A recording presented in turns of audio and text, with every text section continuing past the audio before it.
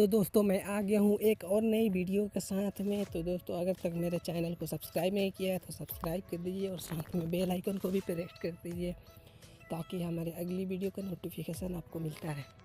तो चलिए वीडियो को स्टार्ट करते हैं। तो दोस्तों आपको जो फ़ोटो एडिट करना है उसे गैलरी में जाइए और उसे आप सेलेक्ट कर लीजिए।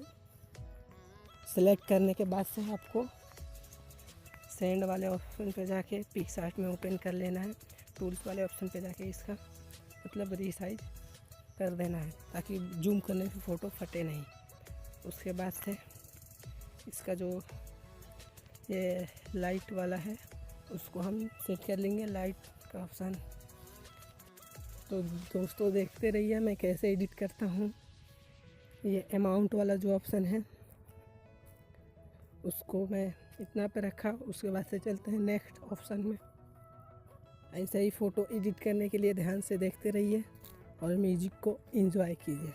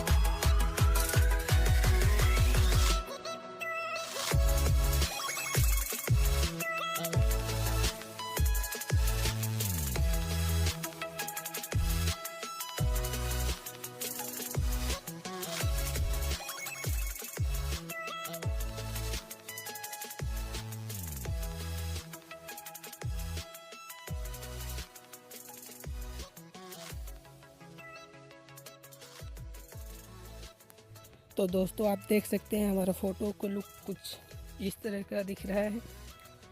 दिखने में बहुत अच्छा लग रहा है।